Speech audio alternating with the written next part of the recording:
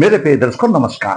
प्रिय दर्शकों, ऋषि ज्योतिष में मैं आपका दिल से स्वागत करता हूं और आपको बहुत धन्यवाद देता हूं कि आप मेरे वीडियो बड़ी उत्साह से देख रहे हैं।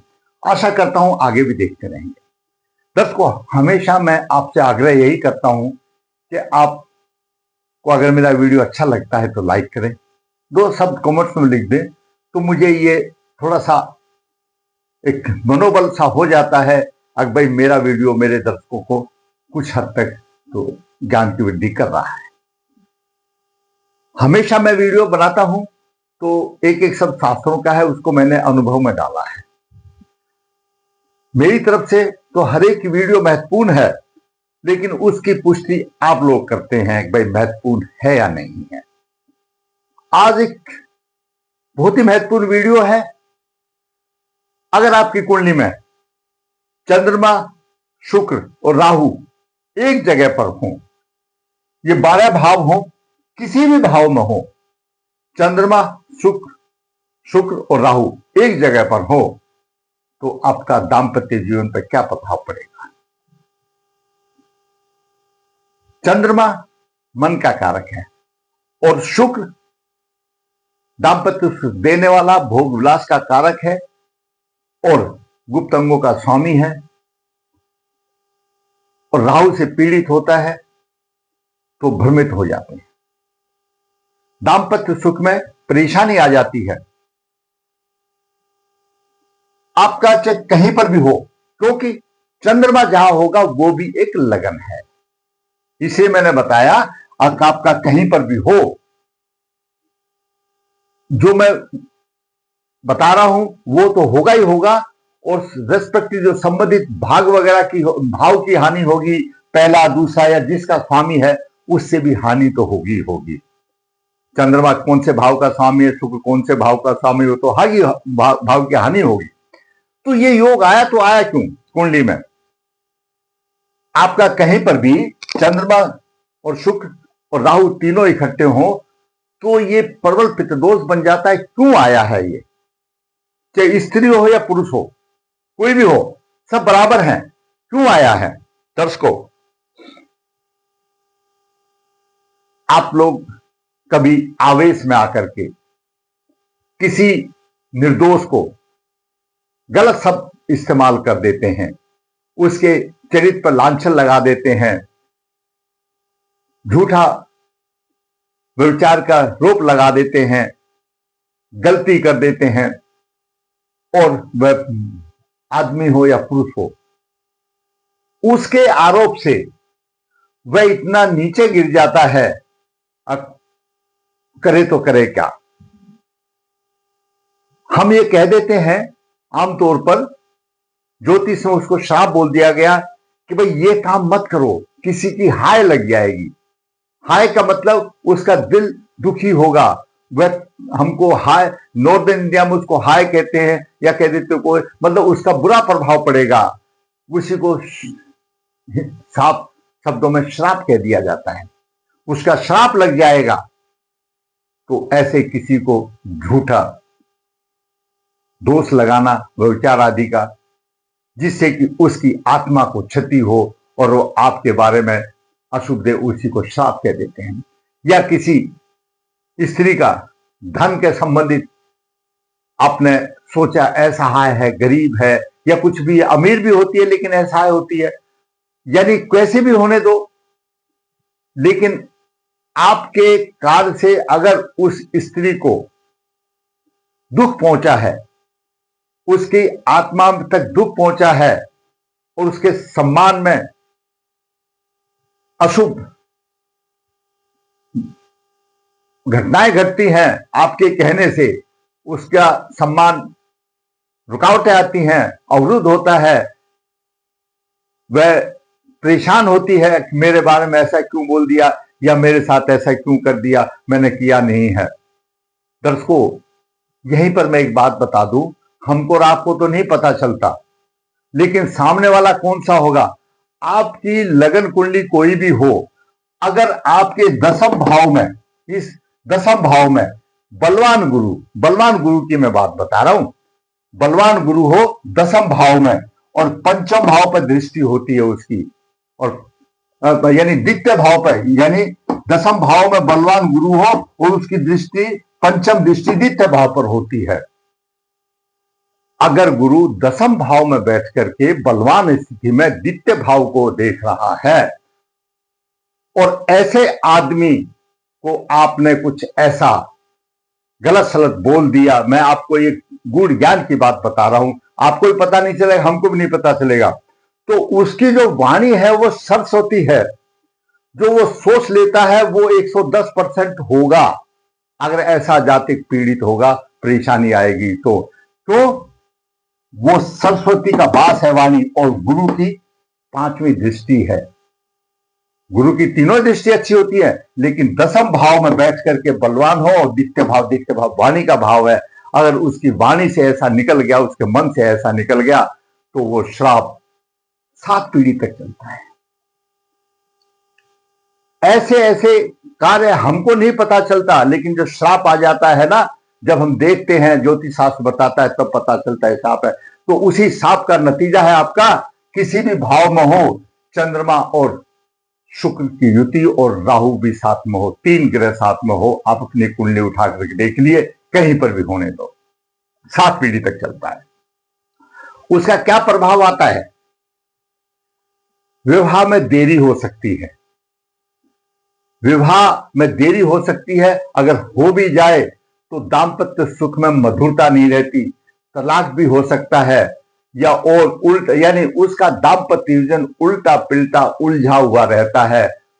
आप जो भी काम करेंगे, चाहे नौकरी करें या व्यवसाय करें, उसमें भी हानि होगी। क्यों? जो आपने किया है उसकी भरपाई आपको करनी पड़ेगी, उसमें भी हानि होगी, धन की हानि होगी, और अधिक गहरा आपने उसको, आप से उसको अधिक चोट पहुंची है, तो 50 बाधा भी हो सकती है। वो मरने के बाद भी आपका पीछा नहीं छोड़ता है, उसको 50 बाधा कहती हैं। तो मैं हमेशा कहता हूं कि दर्शकों, हमारे साथ कुछ नहीं जाएगा, अच्छे कर्म जाएंगे, अच्छे कर्म करो। ये जमीन जायदाद पैसा सिर्फ यहाँ की इस्तेमाल की चीज है, यहीं रह जाएंगी। तो ऐसा भी वो कहते हैं, ऐसा सोना भी किस काम का जो कानों को तोड़े, तो उसको भी सोना पहनने से ऐसा भी कोई शुभ नहीं रहता। अपनी नेक कमाई में बरकत रखो, अच्छे विचार रखो, किसी की मदद, अगर किसी का बुरा नहीं कर सकते, किसी का अच्छा नहीं कर सकते हो, तो किसी का बुरा भी मत करो। किसी की मदद नहीं कर सकते हो तो उसको परेशानी भी खड़ी मत करो। तो दर्शकों, ऐसे योग आ जाते हैं, 7 पीढ़ी तक रहते हैं और पीढ़ियां उनकी लड़खड़ाती रहती हैं।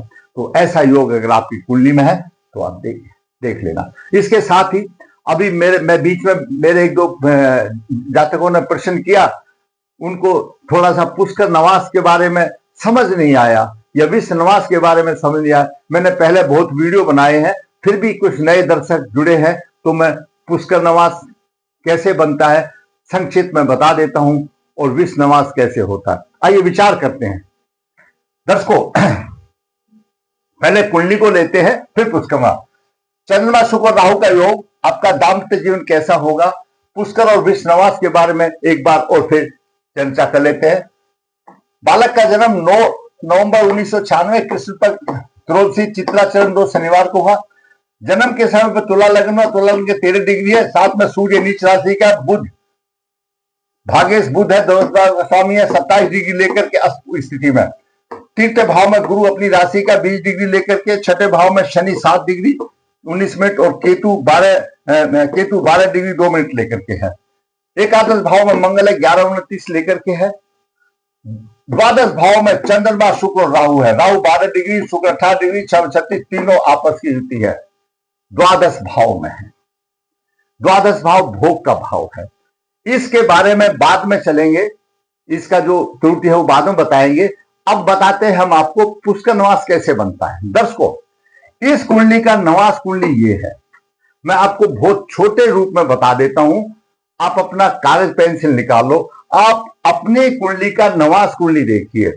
नवास कुंडली में, इसको अभी भूल जाइए, नवास कुंडली में दूसरी राशि जो वृश्चिक राशि, यहां लिखिए 2, 4, 6, 10, 9, 12, यानी नवास कुंडली में 2, 4, 6, 7, 9, 12 राशि पकड़िए। 12 राशि होती है, 12 राशि में से हर राशि में 2 नवास होते हैं, 24 पुष्कर नवास होते हैं। तो आपको 2 राशि पकड़नी है, 4 पकड़नी है, 6 पकड़नी है, 7 पकड़नी है, 9 पकड़नी, 12 पकड़ी, ये 6 राशि आपने पकड़नी है नवास कुंडली में से। जैसे यहां पर 2 राशि है नवास कुंडली में, मैंने यहां 2 लिखा तो 2 में कोई ग्रह नहीं है, मैंने क्रॉस कर दिया। उसके बाद 4 राशि, 4 राशि में मंगल है, यहां पर नीच उच्च का आप छोड़ दीजिए, नीच उच्च का कोई विचार नहीं, मंगल है यहां पर, मैंने मंगल लिख दिया, ठीक है। उसके बाद 6 राशि में चंद्रमा है और शनि है, मैंने लिख दिया, 6 राशि में चंद्रमा शनि है, लिख दिया। उसके बाद 7 राशि जो तुला राशि है उसमें गुरु और केतु है, मैंने लिख दिया, गुरु और केतु लिख दिया। धनु राशि में कोई ग्रह नहीं, क्रॉस दिया। मीन राशि में कोई ग्रह नहीं, क्रॉस दिया। आप इस तरह से 2, 4, 6, 7, 9, 12 कागज पर लिख लो और अपनी लगन कुंडली निकालो, उसमें नवास में जाओ, इन राशियों में कौन कौन से ग्रह हैं उनको आप इसमें नोट कर लो। नोट करने के बाद जो ये ग्रह आपके इन राशियों में आए उनकी डिग्रियां आप अपनी लगन कुंडली में देखिए। 2 राशि में कोई ग्रह नहीं है, देखने की जरूरत नहीं। यहां पर 4 राशि में मंगल है, देखने की जरूरत है। अभी मंगल नवास कुंडली में कहां पर है, यानी लगन कुंडली में कहां पर है, सिंह राशि में है। सिंह राशि में मंगल है, डिग्री है 11-29 है सिंह राशि में। अब नवास कुंडली, नवास में पुष्कर नवास में कैसे आएगा, अगर एक राशि सिंह राशि धनु राशि, यानी मेष राशि सिंह राशि धनु राशि, ये जो अग्नि तत्व राशि है, इनमें 20 डिग्री से 23 डिग्री 20 मिनट तक, 26-40 से 30 अंश तक अगर यहां पर कोई ग्रह होगा लगन कुंडली में, जैसे कि हमने मंगल लिया, मंगल सिंह राशि में है, लेकिन मंगल के डिग्रियां इतनी नहीं है, तो मंगल की डिग्री 11-29 है, तो पुष्कर नवास में नहीं, हमने क्रॉस दे दिया। यानी जो ग्रह आपकी 2, 4, 6, 7, 9, 12 राशि में मिलेगा और लगन कुंडली में 1, 5, 9 राशि में ये डिग्री होंगी, 2, 6, 10 राशि में 6, 40, 10 डिग्री, 13, 20 से 40 डिग्री तक होंगी तो होगा, और 3, 7, 11 राशि में 16, 40 से 20 डिग्री तक, या 23, 20 से 26, 40 तक होगी तो होगा। तो इनमें सभी में 2-2 आ गए। 4, 8, 12 जल तत्व राशि में 0 से लेकर 3, 20 तक होगा, 6, 40 से 10 डिग्री तक होगा, यही होगा। अभी मंगल की 11-29 है, सिंह राशि में है, और सिंह राशि इसमें आती है, अग्नि तत्व राशि आती है, तो उसमें 11 डिग्री का कोई कॉलम नहीं है, इसलिए मंगल उसका नवास में नहीं है। कन्या राशि में चंद्रमा है, यहां पर चंद्रमा, अब यहां पर भी देखें कन्या राशि में तो 40 डिग्री 26 डिग्री 41 मिनट है, लेकिन यहां पर 6:40 से लेकर 10 तक और 13:20 से लेकर 16:40 तक ही होगा, तो पुष्कर नवास में होगा, इसलिए चंद्रमा भी नहीं है। अब यहां पर शनि है, शनि यहां पर पुष्कर नवास में है क्योंकि 6 राशि में है, जैसे हमने बताया 6 राशि में नोट किया। यहां पर देखिए शनि कहां है, मीन राशि में है। मीन राशि में 7 डिग्री 19 लेकर के है, मीन राशि यहां पर आई, 4, 8, 12 मीन राशि आई तो 7 डिग्री 19 मिनट लेकर के है, तो 6:40 से लेकर के 10 तक होगा, तो पुष्कर नवास में होगा। तो 7, 19, 6:40 से आगे आ जाती है, तो शनि को हमने टिक कर दिया, शनि पुष्कर नवास में आ गया। अब देखें हम तुला राशि में, तुला राशि में गुरु और केतु है, मैंने गुरु और केतु लिखा। अब गुरु तुला राशि में तो नवास में आ गया, हमने नवास से तो पकड़ लिया। गुरु की डिग्री देखते हैं कहां है, धनु राशि में 20 डिग्री है। अब धनु राशि में है यहां पर, लेकिन धनु राशि में 20 से लेते के 23 तक होगा, तो पुष्कर नवास में होगा। और गुरु की कितनी है, 20, 19 है, तो गुरु भी पुष्कर नवास में आ गया, टिक कर दिया। केतु की बात करेंगे तो केतु 12 डिग्री लेकर के मीन राशि में है, 12 डिग्री का मीन राशि में कोई कॉलम नहीं है, तो केतु नहीं है। धनु राशि में कोई ग्रह नहीं है, यहां पर मीन राशि में कोई ग्रह नहीं है। अब ऐसा देखने से पुष्कर नवास में गुरु और शनि आए। फिर दोबारा रिपीट कर दूं 1 सेकंड के लिए, आप नवास कुंडली में देखिए, दूसरी राशि, चौथी राशि, छठी राशि, सातवीं राशि, नौवीं राशि, 12 राशियों में कौन कौन ग्रह लिख लीजिए। उनके अंश देखिए, उनके अंश लगन कुंडली में इसके आधार पर होने चाहिए। ये टेबल आप नोट कर लो। अगर इसके आधार पर है तो पुष्कर नवास में आएगा। ये आ गया पुष्कर नवास। अब यह विश्व नवास। विश्व नवास में नवास देखने की जरूरत नहीं है, आप अपनी लगन कुंडली से ही देखिए। पहली राशि, दूसरी राशि, छठी राशि, नौवीं राशि यानी वृषभ, यानी मेष, वृषभ, कन्या और धनु राशि में 0 से लेकर 3 डिग्री 20 मिनट तक है तो विश्व नवास में आएगा। मिथुन राशि, सिंह राशि, तुला राशि, कुंभ राशि में 13:20 से लेकर के 16:40 तक कोई अगर ग्रह है तो विश्व नवास में आएगा। वो यहां नहीं आ सकता है, वो ये अलग टेबल है, आप टेली करके देख लेना। जल तत्व राशि, कर्क राशि, वृश्चिक राशि, मकर राशि, मीन राशि में 26:40 से लेकर 30 तक है तो विश्व नवास में आएगा। तो ये आए विश्व नवास में। अभी जैसे तुला राशि में 13:20 से लेकर 16:40 तक आएगा तो तुला का लगन 13:20 है, 13:20, 13:37 है तो यहां पर लगन भी आ गया, यहां पर लगन भी आ गया, विश्व नवास में आ गया। इसका भी कॉलम है, यानी लगन विश्व नवास में आ गया। ये भी अशुभता वाली बात हो गई, वो मेरे यहां से रह गया था, मैंने ध्यान नहीं दिया।